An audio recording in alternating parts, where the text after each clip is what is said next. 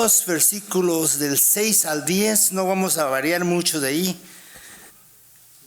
Corintios capítulo 2, versículos del 6 al 10. Cuando lo tengan, por favor, digan amén. Si no trajeron sus Biblias, confío que estará en pantalla. Así es que, 1 Corintios capítulo 2, versículos del 6 al 10. Dice la palabra de Dios: sin embargo, hablamos de sabiduría entre los que han alcanzado madurez y sabiduría, no de este siglo, ni de los principados de este siglo que perecen, mas hablamos sabiduría de Dios en misterio, la sabiduría oculta, la cual Dios predestinó antes de los siglos para nuestra gloria, la que ninguna de los príncipes de este siglo conoció, porque si la hubieran conocido, nunca habrían crucificado al Señor de gloria. Antes bien, como está escrito, cosas que ojo no vio, ni oído oyó, ni han subido en corazón de hombre, son las que Dios ha preparado para los que le aman. Pero Dios no los reveló a nosotros, nos la reveló a nosotros por el Espíritu, porque el Espíritu todo lo escudriña, aún lo profundo de Dios. Vamos a orar. Glorioso Padre Celestial, te damos gracias, Señor, porque en esta mañana, Señor, fue tu placer que estas personas hayan venido a tu casa, a la casa de oración, Señor, a ese templo, Señor, para que sea bendecido, Señor, a través de tu palabra, a través de tu misterio, a través de las cosas que tienes preparadas para nosotros. Bendice cada mente, bendice cada corazón en este lugar. No permita, Señor, que el enemigo venga y le robe la semilla que tienes para ellos, que le robes esa bendición. Mas permite, Señor, que esa semilla germine en su mente, en su corazón y en su alma. Llévanos a nuestros lugares, Señor, de reposo con bendición en esta mañana, y que esta palabra sea para glorificar tu santo, eterno y bendecido nombre. Todo esto te lo decimos en el nombre que es sobre todo nombre, Señor, nuestro Señor Jesucristo. A Él sea toda la gloria. Amén y amén. Pueden tomar asiento, hermanos. Una vez más, gracias y un gran privilegio estar aquí compartiendo. Para interpretar este pasaje correctamente, primero hay que entender una de las razones históricas del por qué fue escrito. O sea que tenemos que abandonar nuestros espacios donde estamos sentados en nuestra mente y transportarnos a las escenas que está escribiendo el apóstol San Pablo. Porque para entender las razones que Pablo escribió a la iglesia de Corinto, hay que entender quiénes eran ellos, quiénes eran la iglesia de Corintios, qué había entre ellos. Una de las cosas que aprendí en mi caminar cristiano es que existen 3 tipos de cristianos. Ahora bien, eso solo lo sabe el Señor y usted. Lo sabe el Señor y lo sé yo, ¿verdad? Nadie más lo sabe, porque las apariencias a veces engañan, ¿verdad? Hay cristianos carnales, hay cristianos dogmáticos y hay cristianos espirituales. Los cristianos carnales son, ustedes ya se podrán imaginar, inmaduros. Los cristianos dogmáticos son los que tienen una apariencia espiritual, pero verdaderamente no lo son. Y los cristianos espirituales, pues ustedes ya se podrán imaginar que son aquellos que describe la palabra, los que aman a Dios, ¿verdad? Entonces vemos que vivir en una de las ciudades más prósperas del mundo antiguo, una que se enorgullecía de sus lujosos estilos de vida y tolerancia a las nuevas ideas, tuvo un profundo efecto en la unidad de la iglesia, en la cual existieron muchas diferencias, ¿verdad? Habían culturas romanas y habían culturas judías, sin mencionar también las influencias griegas, ¿verdad? De los filósofos griegos de su tiempo. Entonces, rodeado de numerosas religiones paganas en esta ciudad de Corinto, significaba que el cristianismo estaba siendo constantemente desafiado por los filósofos de su tiempo y por las culturas y también por, no decirlo, por las corrientes populares, tal y como usted y yo podemos experimentar hoy día. Usted va a su trabajo y usted declara que es cristiano y no espere que le vayan a aplaudir, como lo decía un hermano, ¿verdad? No espere que la gente diga, ah, bravo, eres cristiano, bienvenido al club. No, nada de eso, ¿verdad? Empiezan a decir, este santurrón, algo de haber hecho, ¿verdad? O era esto, era él. Le dice uno, el fulano es cristiano, oh, qué bueno para él, ¿verdad? Porque quién sabe qué era en su vida pasada. Entonces, en esa época, para empezar las cosas, ¿verdad? Se formaron facciones, en otras palabras, divisiones. Porque dentro de la iglesia, acuérdense que aquí no le está hablando al mundo, aquí le está hablando a la iglesia. En otras palabras, nos está hablando a nosotros aquí sentados.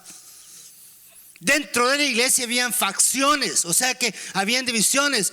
Unos eran, decía, de Pedro, otros de Pablo y otros de Apolos. Es como que si yo le dijera ahorita, mire, yo el diácono fulano me cae muy bien, pero el otro, eso no me cae bien. Pues yo me voy a ir con este diácono porque es mi favorito. Entonces habían divisiones, habían facciones, había una diferencia de lealtades, de valores. Y aunque la iglesia de Corinto podía jactarse de ser muy prosperosa, muy materialistamente hablando rica, ¿verdad? Permanecían espiritualmente inmaduros. O sea, póngale usted, tenían todo. Tenían equipo de sonido, tenían luces, tenían todo. O sea, no les hacía literalmente falta nada. Pero eso no sustentaba su inmadurez. O sea que habían perdido ellos la perspectiva de por qué nosotros nos congregamos. Pregunto yo, ¿por qué viene la iglesia? ¿Cuáles son los motivos? Uno dirá, es que yo tengo que cantar, es que yo tengo que hacer esto. Entonces nos enrollamos en lo que es el trabajo de la obra, pero hacemos a un lado las cosas que son de más importancia. Entonces vemos aquí que espiritualmente eran inmaduros porque habían cedido a las influencias de los que no conocían la verdad concerniente al Hijo de Dios, nuestro Señor Jesucristo. Nótese, no es mi idea, no es mi interpretación, está ahí, va a estar en pantalla, está en la escritura. Usted puede deducir sus mismas conclusiones, porque no es preciso que un predicador influencie el Espíritu Santo o la forma de pensar de las personas. El trabajo de un pastor, de un dirigente, de un espiritual, de un predicador es presentar la palabra de Dios para que usted en su corazón, que está lleno del Espíritu Santo, pueda concluir. Porque yo le puedo dar las palabras más elocuentes y convincentes, pero si no germinan en su corazón, así de la misma forma que entró, así salimos.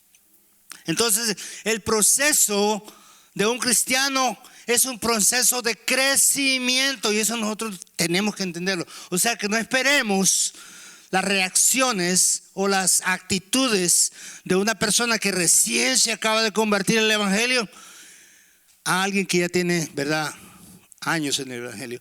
Lastimosamente es preciso mencionar que el tiempo de gente en la iglesia no es sinónimo ni de madurez ni de crecimiento, porque tenemos muchos infantiles de 40 años, ¿verdad?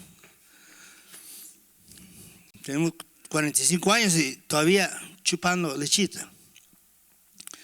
Entonces, la salvación fue planeada y comprada por nuestro Dios antes de que se formara los cimientos del mundo. Fíjense lo que dice el versículo número 6. Los maduros, vamos a hablar de los maduros.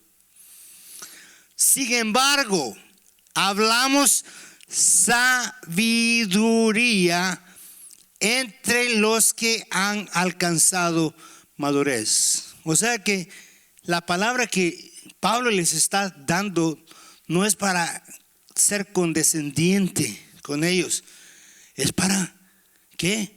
Para elevarlos, para identificar el error y que ellos mismos introspectivamente pudieran ver y decir: hey, hay algo que yo debo cambiar.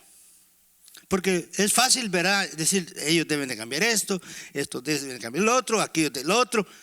Pero ¿qué pasa con uno mismo? Recordémonos que nosotros no podemos cambiar a nadie. Al único que nosotros podemos cambiar es ¿a quién?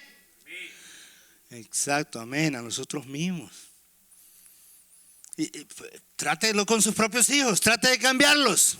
No, hombre, va a pasar toda la vida esperando. Pues, no puede cambiar a sus propios hijos, va a poder cambiar a su vecino o al prójimo, ¿verdad? Es totalmente, el único que puede hacer el cambio es usted mismo, con la ayuda de ¿quién? De Dios, ¿verdad? Entonces la salvación fue planeada para los que formaron los cimientos del mundo. El mensaje de la cruz es lo suficientemente simple. Óigame bien, el mensaje de la cruz es tan simple que los analfabetos lo pueden entender. Sin embargo, es lo suficientemente profundo que hasta los teólogos y los estudiantes de la Biblia se tienen que a veces decir: qué profundo está esto. Hay personas que han pasado toda su vida estudiando la palabra, son teólogos, son filósofos. Está San Agustín, que le llaman en la antigua iglesia, ¿verdad? San Agustín. Él se dio cuenta que no sabía nada. Tanto sabía que se dio cuenta que no sabía nada. Él tuvo que decir: tengo que vaciar totalmente mi cabeza de mí y llenarla ¿de quién? Del conocimiento de Dios. Entonces vemos que también es tan profundo que el teólogo más brillante no puede comprender sus profundidades. Dice aquí la palabra, sabiduría ¿de quién? De Dios. Nosotros no venimos a escuchar la sabiduría del pastor. ¿Saben por qué? Porque nosotros los pastores no sabemos nada, ¿verdad? Es bonito cuando nosotros encontramos a una persona, ¿verdad?, y no la conocemos, y ¿verdad?, usted es pastor, es dirigente, es líder, y las personas que uno conoce y ya empiezan a conocerlo a uno más y más y más, y se dan cuenta que uno también está plagado de errores, somos seres falibles, no somos perfectos. Por lo tanto, yo no quiero que usted aprenda mis errores ni mis malas costumbres. Yo quiero que aprenda la sabiduría de Dios en el Evangelio, que desafía hasta el más intelecto agudo. Yo le garantizo que usted que tal vez no ha estudiado mucho, pero usted está lleno del Espíritu Santo y lo pone enfrente de una persona que lo está desafiando, usted sabe cómo responder. Hay gente que le dice a uno: vamos a ir a pasar papeletas y a hablarle a la gente de Dios. Es que yo no sé de la Biblia. No se preocupe, el Señor le va a dar la fe. Eso no es mi idea, ni es mi estrategia, ni mi paradigma, no es mi sistema, es la palabra de Dios. ¿No me creen? Vean en la Biblia, en San Marcos, el endemoniado, ¿qué es lo que hizo? Rápido el Señor le dijo: ¿puedo ir con ustedes? Dijo el endemoniado. Dijo: no, tú vas a ir a la ciudad y hablar del Evangelio. La mujer en el pozo, ¿qué es lo que hizo el Señor? Vete y diles de tu experiencia. Ella no fue a estudio teológico, no dice la palabra que ella ha ido a atender coro, no creo que nada. Era una mujer pagana. Era una mujer, no solamente era mujer, era pagana, era adúltera. No sabía del sistema del judaísmo. ¿Y qué es lo que dice el Señor? Ve y diles, ve y hablas de quién soy yo. Entonces no existe excusa para nosotros hablarle a la gente del Señor. Sin embargo, hablamos sabiduría entre los que han alcanzado madurez. Todo esto que estamos hablando hoy día es locura para el mundo. ¿Saben por qué? Porque ellos no comprenden. La locura del Evangelio, dice la palabra. Nosotros somos una bola, un montón de locos para la gente de afuera. Ellos no comprenden cómo es posible. Mire, el hermano desde la tota de la mañana, ¿qué le habrán dado dos porciones de café? ¿Por qué está allí? ¿O por qué tú y yo servimos? ¿Por qué no nos importa manejar hasta Fresno y regresar? Y mi esposa lo sabe. Yo le digo a ella, ¿sabes qué? Cuando se trata del ministerio, nada, absolutamente nada se puede interponer entre el Señor y yo. Amén. Entonces nos damos cuenta de que esta locura para los creyentes maduros que están creciendo en su comprensión de la palabra de Dios, ellos sí lo entienden. Para la gente inmadura, no. Trátele de usted explicar a sus parientes del por qué usted a veces, si tiene $5, usted da, si usted tiene $10, usted da uno y lo regala a la iglesia, a alguna persona en la calle, algún indigente, alguna organización, alguna caridad, a una viuda, a lo que sea. Usted da de usted mismo. Dice la palabra de Dios en Corintios 1:18, dice: porque la palabra de la cruz es locura a los que se pierden, pero a los que se salvan, esto es, a nosotros, es poder de Dios. Amén. Aleluya, gloria a Dios. Gloria a Dios. Yo prefiero ser un loco que ser un intelectual entre los perdidos. Dice, Pablo les dice a los santos que han estado tomando leche demasiado tiempo, nuevamente, no se ofendan, hermanos, si ustedes escuchan de tomar leche. Están ahí. A ver, como los gatitos de la tetita, ¿verdad? Tomando leche. Lo dice la palabra de Dios. Aquí hay algo de alimento sólido para los maduros. La sabiduría de Dios es Cristo crucificado. Hermanos, no existe tantas dimensiones. Nosotros los cristianos a veces nos envolvemos, ¿verdad?, en situaciones teológicas. Hermano, y mire, y usted tal cosa, y nos van a hacer preguntas, ¿verdad? Y hacemos debates. A veces salimos hasta peleados con los hermanos porque queremos nosotros imponer nuestra interpretación de la Biblia. O a veces uno dice algo sin la menor intención de pensar en nadie, y hay alguien que se ofende porque le cayó le cupo el saco, ¿verdad? Si su zapato le queda, póngaselo. Y este pastor, ¿quién le fue a soplar? Seguramente mi vieja ya le dijo a este pastor de lo que estamos pasando aquí en la casa. No, está en la Biblia.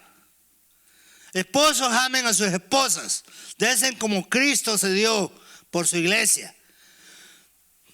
Y están, ¿verdad? ¿Ya viste? Pero también dice: esposas, sométanse a sus esposos como al Señor. No es somátense, exacto. Entonces vemos de que la sabiduría de Dios es Cristo crucificado. Jesús vivió para morir, para vivir de nuevo. Y hablamos sabiduría y se les ocultó, dice, que Él debía ser ofrecido como el sacrificio perfecto, irreprensible e inmaculado por nuestros pecados. Hermanos, Jesucristo vino a un sistema, en un tiempo de un sistema organizado por la religión judía, totalmente impermeable, intacto, no se podía penetrar, era tan perfecto el sistema religioso. Los fariseos, el Sanedrín, eran personas sumamente religiosas, moralmente de estatura altas, ¿verdad? Y vemos aquí que Él debía ser ofrecido como sacrificio perfecto, y ellos, aún en su gran perfecto sistema de religión, no pudieron comprender. A los que vino, dice la palabra de Dios, no le reconocieron. Puede imaginarse, los fariseos lo andaban siguiendo y lo andaban persiguiendo, queriendo buscar error en él, y lo querían matar y le tiraban trampas. Y antes que pensemos que nosotros nos dimos cuenta por nuestra propia cuenta, antes que nosotros pensemos que Jesús dijo: no me elegiste a mí, sino que yo te elegí a ti y te designé. ¿Cuántas veces nosotros decimos, pues yo encontré al Señor allá por 1976? No encontramos a nadie. El Señor no andaba perdido. ¿Sabe quién andaba perdido? Yo. Él vino a los que se habían perdido. Lea los talentos, lea la parábola del hijo pródigo, lea la parábola de las monedas perdidas. Lea la parábola de la oveja perdida. Perdido. ¿Quién dijo aquí la palabra de los perdidos? ¿Quiénes eran los perdidos? Nosotros. Entonces la gente piensa de que nosotros llegamos al Señor y que por un acto de una presencia ceremonial nosotros somos cristianos. No me elegiste vosotros a mí, sino que yo os elegí a vosotros y os he puesto para que vayáis y llevéis fruto, y vuestro fruto permanezca, para que todo lo que pidiereis al Padre en mi nombre, Él os lo dé. Ese es el gran misterio, hermanos. Entonces entendemos de que número 1 vimos de que era los maduros. Número 2 vemos que es el misterio. En el versículo 7 dice que es una sabiduría oculta. Mas hablamos de sabiduría de Dios en misterio, la sabiduría oculta, la cual Dios predestinó antes de los siglos. ¿Para quién? Para nuestra gloria. El Señor encuentra felicidad, el Señor encuentra gozo en que usted se gloríe. Él tiene para usted designado un espacio en la gloria. A los que llamó, a esos también escogió, a esos también justificó, a esos también ¿qué? Glorificó. Ahora bien, lastimosamente esto es en tiempo futuro. Nosotros no podemos experimentar la gloria de Dios aún. Sin embargo, ahí está en la palabra de que es para nosotros. Un misterio es una verdad oculta en épocas pasadas, pero ahora es revelada al pueblo de Dios. Cuando Jesús oró en la cruz, Padre, perdónalos porque no saben lo que hacen. Lucas 23. Él estaba haciendo eco de esta verdad. Dijo, no saben lo que hacen. ¿Acaso no es lo que nos pasa a nosotros en la congregación? A veces no sabemos lo que hacemos. Y no me refiero a no saber debilidad o no saber de hacer algo en particular, porque somos muy buenos en hacer cosas. Miren lo que ustedes están construyendo. Miren esta preciosa transmisión. Miren este precioso sistema de sonido. Miren lo que ustedes han hecho con sus manos. O sea, no son ignorantes. La ignorancia aquí no es excusa para el pecado. Señor, perdónalos porque no saben lo que hacen, sino que ponen evidencia de lo que ha sido dado por el Señor y que debían de haber creído. El Señor trajo y dio su palabra y los fariseos no lo querían entender. Pablo vino y dio su palabra a las iglesias. Habló a Efesos, habló a Corintios, en Filipo, y habló en todas las iglesias a través de todas sus cartas. Fíjense bien que Satanás pensaba que el Calvario era una gran derrota de Dios, como algunos dicen, el fracaso de Dios, pero resultó ser la mayor victoria, hermanos, de Dios y la derrota de Satanás. Vea lo que dice Colosenses 2:15, si está en pantalla. Y despojando a los principados y a las potestades, los exhibió públicamente, triunfando sobre ellos en la cruz. O sea que la cruz del Calvario es su victoria. Cuando usted esté derrotado espiritualmente, anímicamente, intelectualmente, esté cansado, piense en el gran sacrificio de la cruz y va a ver que su día va a ir mejor. Cantábamos en el coro, porque Él, ¿qué? Vive. ¿Qué dice? Triunfaré mañana. ¿Por mis habilidades? No, ya probé, yo probé y fallé. Todo lo puedo ¿en quién? que me fortalece. Yo soy nadie sin Cristo. Y cuando yo me doy cuenta de que soy miserablemente un humano terrestre falible que depende diariamente de la bendición, de la victoria del Señor, entonces es cuando empiezo a crecer. Porque entonces ya no tengo a quién culpar, porque nosotros somos buenos para culpar, ¿verdad? Todo. Es que yo soy así porque a mí de chiquito me daban coscorrones. No es que yo soy así porque me daban bullying en la escuela. No es que yo soy así porque mi papá no me comprendía. Es que yo soy así porque mi mamá me hacía hacer mucho ejercicio. Es que yo soy así porque no tenía televisión. Y ponemos todas estas excusas del por qué nosotros somos así. Póngale todas las excusas del mundo y vamos a terminar. ¿Cómo vamos a terminar? Locos. Todos y cada uno de nosotros tenemos una historia. Todos. Yo no sé cuál es su historia. Pero yo le puedo, si yo quisiera hacer a veces de la prosperidad, de verdad. Oh, hermano, hay alguien en este lugar que le duelen las rodillas. Por supuesto que hay alguien que le duelen las rodillas. Mire todos los viejitos que hay en esta iglesia. Más de alguno, ay, me duele la columna. Eso no necesita revelación de Dios, ¿verdad? Los chicos malos de la primera, malos de la espalda, malos de la columna. No, pues Jesús dijo públicamente: derribaré este templo en 3 días y lo edificaré de nuevo. Ellos no entendían. Ellos pensaban que estaban hablando del edificio. De eso no estaba hablando el Señor. Y ¿cómo es posible que puede derribarlo y edificarlo? Nos tomó 70 años para... Entonces vemos aquí entonces que la respondieron algunos de los escribas. Fíjense bien, en Mateo 12 habla de eso. Mateo 12:38, espero que lo pongan en la pantalla. Dice: entonces le respondieron algunos de los escribas y fariseos diciendo: Maestro, queremos ver una señal. ¿No es eso lo que vemos en el evangelismo actual? Todo el mundo anda buscando un milagro, una señal, una prueba de que Dios existe. Maestro, queremos ver una señal de parte tuya. Pero respondiendo él les dijo: una generación perversa y adúltera demanda una señal, y ninguna señal se le dará sino la señal de Jonás el profeta. Porque como estuvo Jonás en el vientre del monstruo marino 3 días y 3 noches, así estará el Hijo del Hombre 3 días y 3 noches en el corazón de la tierra. Él fue enterrado.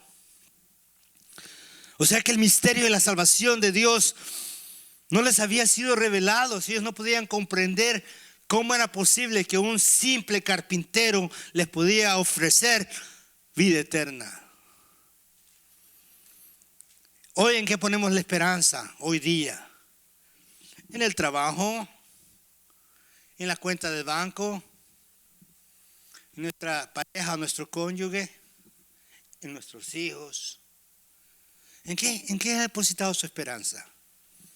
Sinceramente, honestamente. El misterio de la salvación de Dios no les había sido revelado. Imagínense qué gran privilegio de ustedes aquí presentes, de nosotros aquí. El misterio se nos ha sido revelado. Tenemos la verdad. Yo soy el camino y la verdad y la vida. No puedo llegar a la vida sin haber encontrado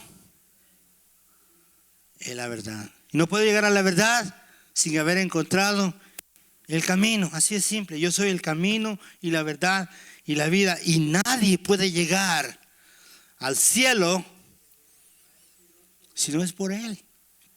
Entonces hemos sido predestinados por medio de Jesucristo según el placer, el buen placer de su voluntad. O sea que usted está aquí en este lugar por la voluntad de Dios. Si usted nos visita, si usted ha venido, que usted de casualidad o lo invitaron, no fue casualidad. Usted está aquí porque así se le place a Dios que usted esté en el lugar. Podríamos estar en un tren desviado o nos hubiera podido matar en el camino. Aún recuerdo la historia que nos contó la hermana Nidia cuando iba allá a Half Bay, que llegó bien temblorosa y bien blanca, contando de aquel accidente en el puente de San Mateo. Imagínense, el carro pasó volando por su carro. Aquí está presente, pregúntenle. Y ella ¿sabe cómo salió ella? Ilesa. Pasó el peligro volando sobre ella. Literalmente el carro salió volando, pero a ella no lo tocó ni en su familia. Entonces el mensaje, versículo 9, cosas que el ojo no vio ni oído oyó, ni han subido en corazón de hombre, son los que ha preparado para los que le aman. La verdad no está en la filosofía humana. La verdad no está en la religión humana. La verdad no está en las redes sociales o las fuentes populares o en la televisión o en el radio, en los medios sociales. Antes las cosas como está escrito en la palabra, citado de Isaías 64:4, el contexto de Israel en cautiverio, esperando la liberación de Dios. Él escribió: en la nación había pecado y había sido exiliado de Babilonia, y clamaron a Dios que Él los librara, y Él dijo que sería después de 70 años de exilio. Incluso mientras los disciplinaba, Dios tenía planes para su pueblo. Véalo en Jeremías 29:10. Porque así dijo Jehová: cuando en Babilonia se cumplan los 70 años, yo os visitaré y despertaré sobre vosotros mi buena palabra para haceros volver a ese lugar. El secreto, hermanos, está en la palabra de Dios.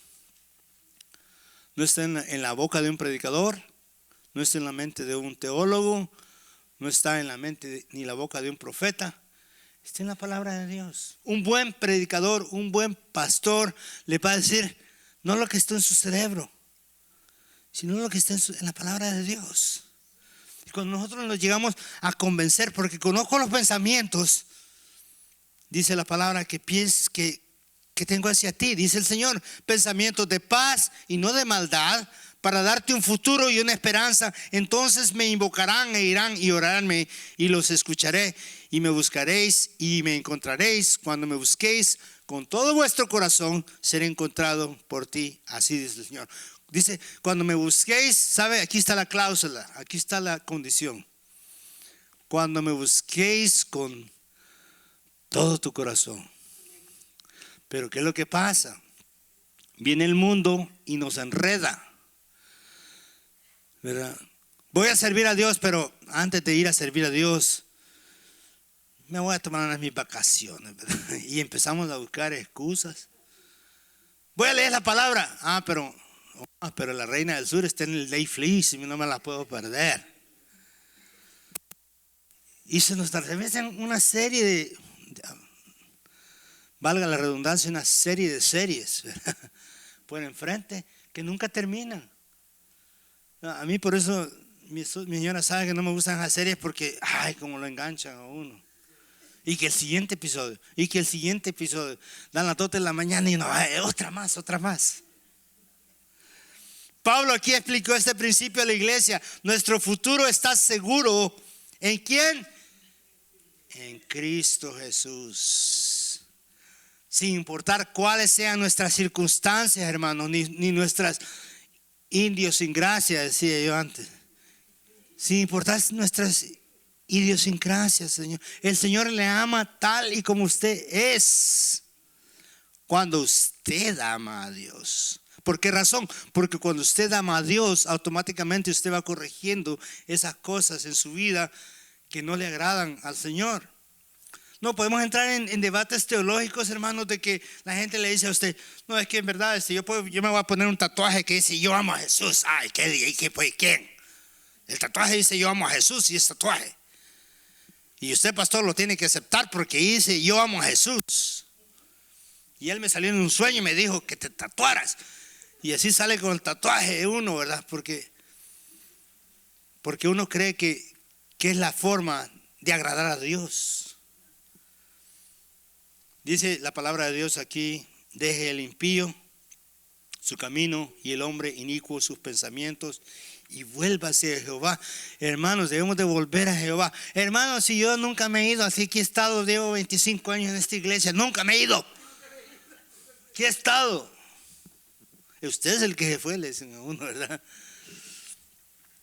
Entonces, hermanos, verdaderamente en Colosenses 1:27 dice así: a quienes Dios quiso dar a conocer la riqueza de la gloria de este misterio entre los gentiles. Usted y yo somos gentiles. ¿Y sabe qué? Dios le ha dado a usted el poder de la sabiduría para que usted mismo, claro está, con la ayuda de su pastor que lo guía, pueda entrar. Pero hermanos, debemos también de ser obedientes, debemos de permitir ser guiados. Aquí a veces en las iglesias vemos que hay borreguitos, pero que tienen personalidad de chivito, ¿verdad? Que ven para acá y se rehúsan. Van a venir todo mañana y el pastor sabe, ¿verdad? Y no, pues yo no. A mí nadie me manda. Yo no voy a dejar que ningún pastor me venga a decir las cosas. Cristo ha puesto esta revelación en este mundo para que nosotros la sigamos. Si no podemos seguir una simple indicación de un pastor, ¿cómo entonces usted cree que va a seguir las indicaciones de Dios? Usted dirá, no, pues que Dios sí lo voy a escuchar, yo voy a hacer lo que Dios me diga. Hermano, fíjese que vamos a necesitar su ayuda para ir a pasar papeletas. Que vayan, que eso no es mi ministerio. Dios no me ha dicho a mí que yo debo de ir. Ahí está en la palabra, ir y predicar el evangelio. Pero eso es que nadie me ha profetizado eso a mí en mi vida. Por lo tanto, no lo voy a hacer. Y es lo que estaba pasando aquí en Corintio. Y es lo que Pablo le está diciendo. Dios nos ha elegido para revelar nosotros al mundo este mensaje. El mundo no va a conocer el mensaje de Cristo si no es a través de nosotros. Imagínense, en esta iglesia hay un solo hombre que lidera la iglesia, claro, con la ayuda de los diáconos. Pero es un grupo bien chiquitito. Y miren el tamaño de la ciudad. El hombre no se puede multiplicar en 50 lugares al mismo tiempo, pero ustedes sí, y aún más. Sea el mensajero en su lugar de trabajo. Cristo es la única esperanza de la gloria. Sin Jesús no hay esperanza de gloria.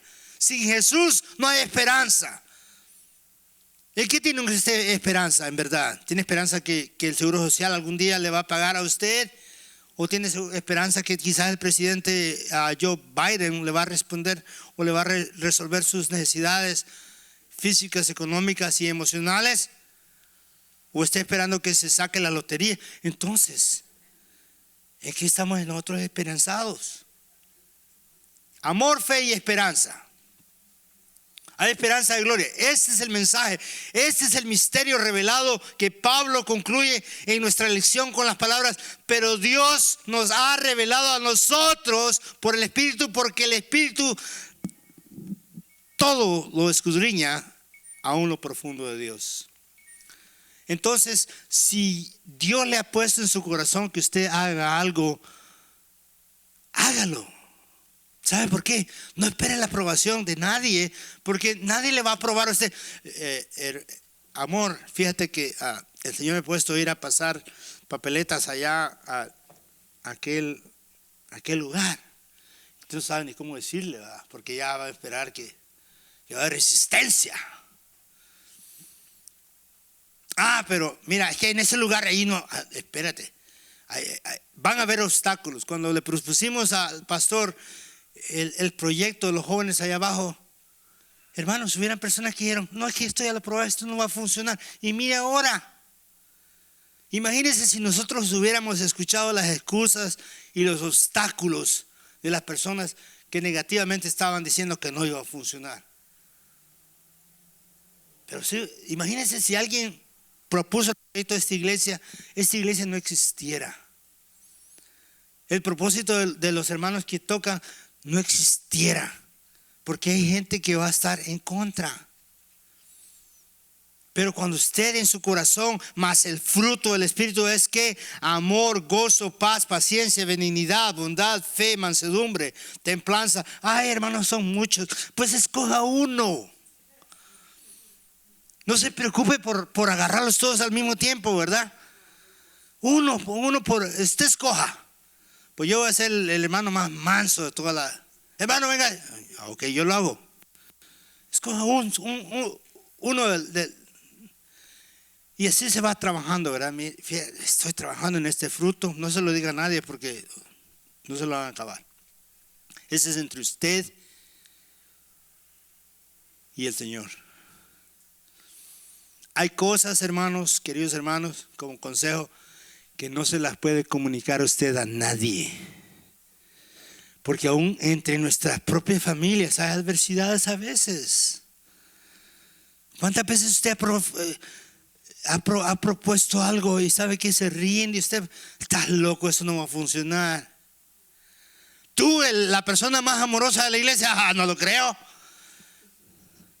Tú, la persona más mansa, no lo creo. La persona más bondadosa, si ni siquiera me prestas los 5 pesos que te pide prestado. No, la persona más templada, no, si andas siempre de cascarrabias. La persona de más paciencia, no, si no sales del 7-Eleven porque ahí rápido te dan todo.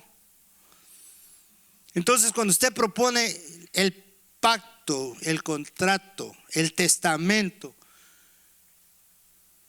en inglés el agreement, no es con la gente de afuera, es entre usted y Dios.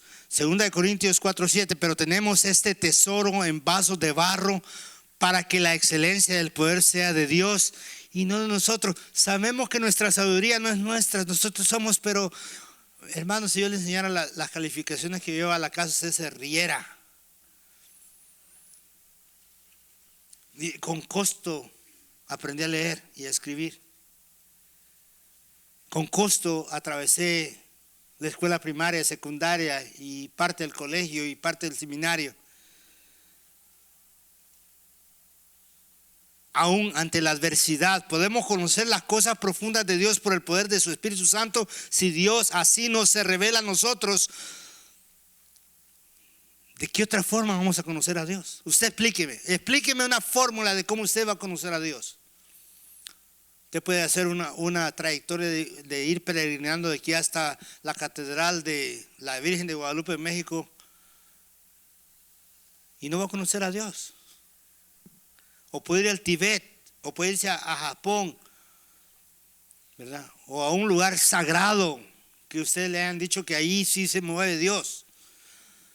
Sin la palabra, sin el camino, sin la verdad, no hay vida. Así es que, hermanos, hemos cantado aquí en esta iglesia, porque Él vive, triunfaré mañana. Váyase a su hogar con la felicidad y el regocijo de que usted es una persona triunfadora. Que nadie le puede quitar. Eso nadie se lo puede robar. El diablo no se lo puede robar. Sus enemigos del trabajo no se lo pueden robar. Sus enemigos familiares o parientes, nadie se lo puede robar. Porque Él vive, triunfaré mañana. Porque Él vive, ya no hay temor. Porque yo sé que el futuro no es ni mío. ¿De quién es? El futuro es de Cristo para la eternidad. La vida vale más, la vida vale más, la vida vale más. 3 veces la vida vale más. No canten aquella de aquel señor cantante, la vida no vale nada. No. Canten, la vida vale más. La vida sí vale. Amén. Y vale solo por Él. En resumen, nuestro futuro está seguro en Jesús, sin importar cuáles son nuestras circunstancias. Recuérdense que este mundo pasajero en el que estamos, que somos peregrinos, pasará. Los biles van a pasar. En 40 años el automóvil Tesla que usted quiere comprar ya no va a existir, ya van a haber otros modelos más nuevos. Usted va a ir a las yonquerías, a las yonqueras, a las hueseras y va a encontrar un montón de carros Teslas ahí tirados. O sea que ese no es el propósito. Sin importar cuáles son sus circunstancias, Los planes de Dios para los suyos, o sea, usted y yo, son tan completos que nuestra mente ni siquiera pueden comprenderlos. Recuérdense que los misterios de Dios nadie los puede comprender. Los misterios ocultos. Sin embargo, Dios nos ha elegido a nosotros para revelar al mundo esa simple verdad que Cristo creó en nosotros en la esperanza de su gloria. Amén. Entonces, si existe alguien en este lugar que me diga o que diga a sí mismo, soy sincero y necesito conocer más de Cristo. Yo creí que conocía de Cristo, pero me doy cuenta que sinceramente no conozco mucho. Sea sincero, dígaselo a Dios. Dígale, Él dice en su palabra que Él se lo va a dar. Dígale que usted quiere saber más y conocer más de Él. Puede decir, he sido inmaduro en mi caminar, he explotado en los momentos inadecuados, le he gritado a un hermano o me han gritado o me he enojado o ha habido ira en mi corazón o resentimiento en contra de un hermano por X motivo. Yo no sé cuáles son las circunstancias. Podemos enumerarla y elaborarla para pasar de aquí 5 días enumerando circunstancias del por qué usted está molesto. Dígaselo al Señor, dígale que el compromiso es entre usted y Dios y dígale que, Señor, a lo mejor tú me estás dando una enseñanza a mí de paciencia y de templanza y de amor al prójimo y de fe y de comprensión. Nosotros queremos siempre ser los ganadores, ¿verdad? Que en un argumento yo quiero salir ganando. Todos queremos salir ganando. Pero para Dios, hermanos, eso es secundario. Porque cuando se alcanza la madurez y dice, pues que se enoja independientemente, dos caminos tienen. Estar contentos o estar molestos. Y cuando usted llega a ese conocimiento, hermano, ha alcanzado un nivel superior. Y quizás usted está aquí y quiere volver a ese primer amor con Cristo, donde usted andaba en las nubes, hermano. Andaba pensando con sus alabanzas, pensando en el Señor y alabando al Señor todo el tiempo. Quiero servirle a Dios y ser incluido en el libro de la vida. Si hay alguien que quiere ser incluido en el libro de la vida, ese es el momento. Haga ese compromiso con el Señor. No le va a costar absolutamente nada, como yo le digo a los hermanos. Satisfacción garantizada o devolución de su vida anterior. No tenemos nada que perder y sí tenemos mucho que ganar. Hermanos, vamos a poner de pie y vamos a orar en esta mañana. Padre eterno y a la gloria te damos gracias, Señor, porque dentro de tu infinita misericordia encontraste el espacio de tiempo para estar aquí reunidos en este lugar, para darte toda la honra, toda la oración, toda la gloria. Bendice, Señor, esta obra, este ministerio. Permítele, Señor, a todas las personas en este lugar ver claramente cuáles son tus propósitos, tus motivos del por qué estamos aquí.